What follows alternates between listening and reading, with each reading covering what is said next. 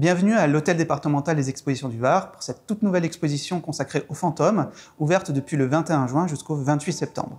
On va citer peut-être, pour commencer ici, le texte d'introduction, « Arrête, c'est ici l'Empire de la mort ». Et ce texte, finalement, on le retrouve au niveau des catacombes de Paris. Et de fait, c'est une sorte d'introduction, mais aussi une sorte d'avertissement à nous, les vivants, qui allons rencontrer les fantômes, qui font partie du domaine de la mort. Et du coup, je vous invite à me suivre pour cette exposition où nous allons commencer au niveau de l'Antiquité, pour les toutes premières histoires de fantômes qui nous sont contées depuis maintenant déjà des milliers d'années.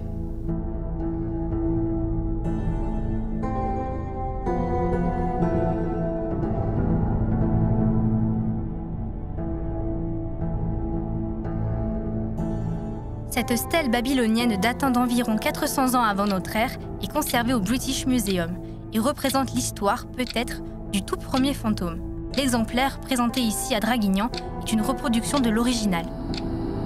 Nous avons aussi décidé, pour finalement la compréhension de l'œuvre, de reproduire en haut les images qui vont nous donner finalement le détail et le descriptif de cet objet. Donc on va retrouver sur cette représentation deux personnages, un ici qu'on retrouve là, et un autre ici. En fait, nous avons ici un fantôme qui se retrouve finalement pris en laisse par un personnage qui est ici, qui serait certainement une sorte de nécromancienne, donc une mage liée au domaine de la mort. Et en fait, pourquoi elle fait ça? Pourquoi elle vient capturer un fantôme? Tout simplement parce qu'un fantôme a plusieurs capacités pour finalement essayer d'espionner ses ennemis. Le fantôme va pouvoir néanmoins, toutefois, traverser les murs, donc ça c'est une de ses premières compétences. Deuxième compétence du fantôme, celui-ci, vous le savez, il va pouvoir voler. Et enfin, le fantôme va pouvoir aussi, pourquoi pas, essayer d'écouter et de voir ce qui se passe à travers, finalement, des lieux qui seraient totalement inaccessibles à ce personnage qui est ici. Et en fait, si on avait la chance de pouvoir retourner cette tablette, on retrouverait un texte en cunéiforme qui nous expliquerait finalement le rituel pour essayer d'asservir un fantôme et en faire son serviteur.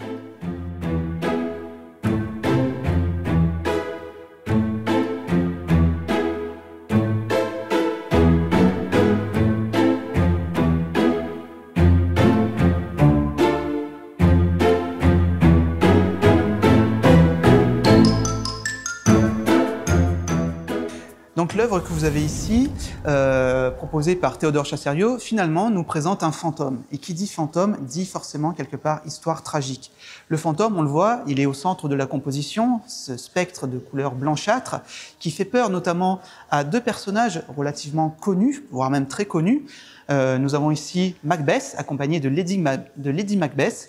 Et en fait, cette œuvre va nous raconter l'histoire tragique d'une œuvre shakespearienne, de Banquo, donc le fantôme qui est ici, ami de Macbeth, qu'on retrouve ici, roi d'Écosse. En fait, il faut bien comprendre que derrière cette histoire, il y a une histoire d'amitié, une histoire de trahison, une histoire de mort.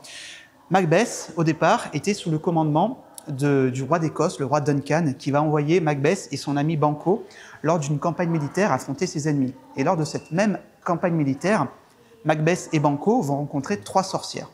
Ces trois sorcières vont finalement révéler à Macbeth et à Banquo leur destinée. Les trois sorcières diront à Macbeth « Vous serez le futur roi d'Écosse », ce qui est vrai, on voit ici un personnage couronné. Et elles diront aussi à Banquo « Votre lignée, votre descendance, elle sera aussi la future, finalement, descendance qui régnera sur le trône d'Écosse ». Apprenant cette histoire, Macbeth va faire tuer son ami Banquo. Banquo, on le retrouve ici sous forme spectrale. On retrouve en haut, finalement, une marque au niveau de la tête, donc certainement le lieu de la blessure mortelle. Et on voit Banquo qui réapparaît lors d'une scène de banquet, en train d'effrayer Macbeth et Lady Macbeth. Et il va s'avérer que Banquo, avant qu'il ne meure, il avait un fils, Fléandre. Et Fléandre sera effectivement, prendra la suite de la lignée, et ce sera lui, évidemment, le futur roi d'Écosse. Pourquoi? Parce que Macbeth, ici présent, sera pris de remords, sera terrorisé par l'apparition de ce spectre. Il va finalement finir par mourir, et ce sera bien la lignée de Banquo qui prendra la succession de Macbeth sur le trône d'Écosse. Donc c'est une histoire tragique, mais finalement, qui nous raconte aussi une histoire de rédemption, où le fils de Banquo va, comme ça, réussir à régner sur le trône d'Écosse.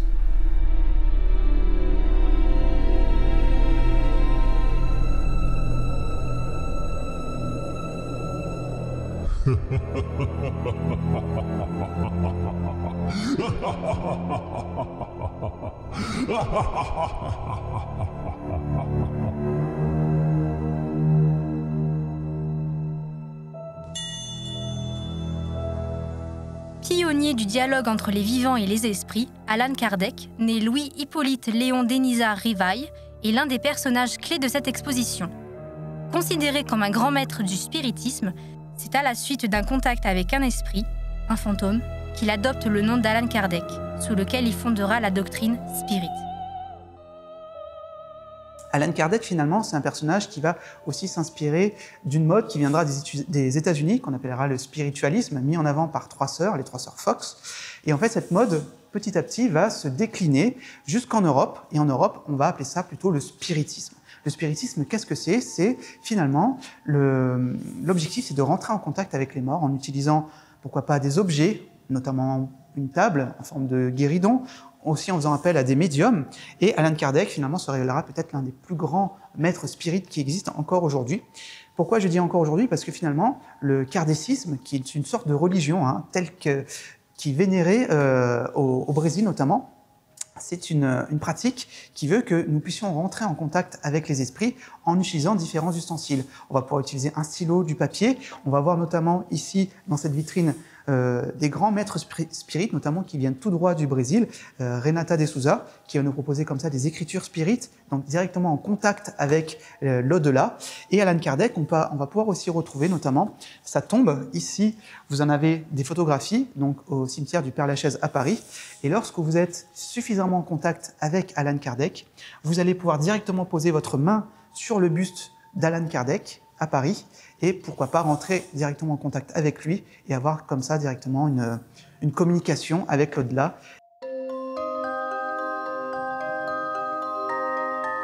Les fantômes ne sont pas liés à un lieu ou une culture en particulier. Ils peuplent la terre entière. Présents dans toutes les traditions, croyances et époques, ils témoignent d'un lien universel entre les vivants et les morts. Donc ici, en fait, nous sommes dans un espace qui est lié à l'Afrique, plus précisément au Bénin, mais pas que. Et cet espace va nous permettre de présenter ces magnifiques costumes egungun. Derrière ces costumes se cache en fait une histoire qui est liée aux ancêtres, qui est liée aussi à la transmission faite de génération en génération par des familles qui vont se transmettre ces magnifiques costumes.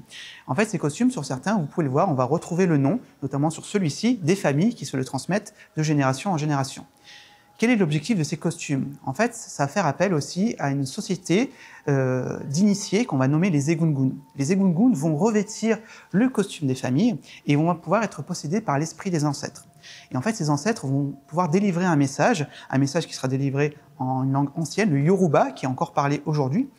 Et ce qu'il faut bien comprendre, c'est que lorsque l'initié va revêtir ce costume d'egungun, il va être quasiment possédé par l'esprit de l'ancêtre. C'est pour ça que, lors de rituels organisés, une sorte de festivité, ces costumes qui sont animés sont vus un petit peu aussi comme des esprits qui peuvent aussi apporter la mort. C'est pour ça qu'il y a souvent une personne qui va se mettre entre le personnage qui est à l'intérieur du costume et la famille et le reste du public. Pourquoi? Parce que lorsqu'on dit que si on touche la personne qui est à l'intérieur du costume et le costume en lui-même qui est animé, on risque de mourir. C'est pour ça qu'il faut surtout faire attention lorsqu'on va utiliser le costume des egungun.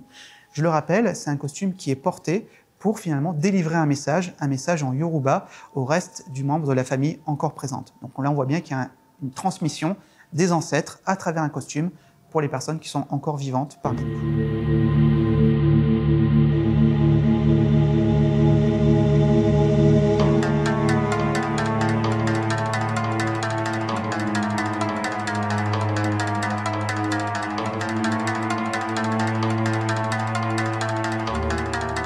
Nous sommes dans un lieu spécialement recréé ici pour finalement évoquer la cérémonie du Sambuji. Nous sommes au Japon et en fait cette cérémonie consiste à invoquer un spectre.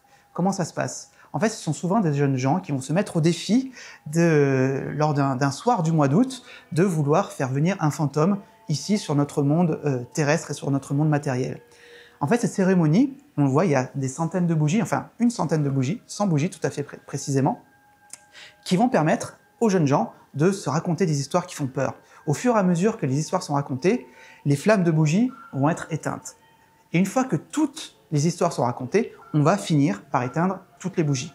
C'est à ce moment-là que le spectre va se manifester, il va sortir du kakémono, il va rejoindre le monde terrestre et il va rester pendant une journée avec les personnes qui l'ont invoqué. Mais par contre, faire une cérémonie des 100 bougies aussi, c'est quelque part défier la mort. Pourquoi? Parce que lorsque la journée passée en compagnie du Yurei, du fantôme japonais, est terminée, le Yurei ne voudra pas rentrer tout seul dans son kakémono. C'est pour ça qu'à un moment donné, le Yurei va désigner une personne parmi celles qui l'ont invoqué, et le Yurei va sélectionner cette personne et va l'emmener avec lui dans le monde des morts, direction sa toile, son kakémono, et la personne sera sacrifiée pour finalement nourrir ce Yurei qui sera revenu dans son œuvre. Donc la cérémonie des 100 bougies, c'est une cérémonie à faire avec vraiment parcimonie.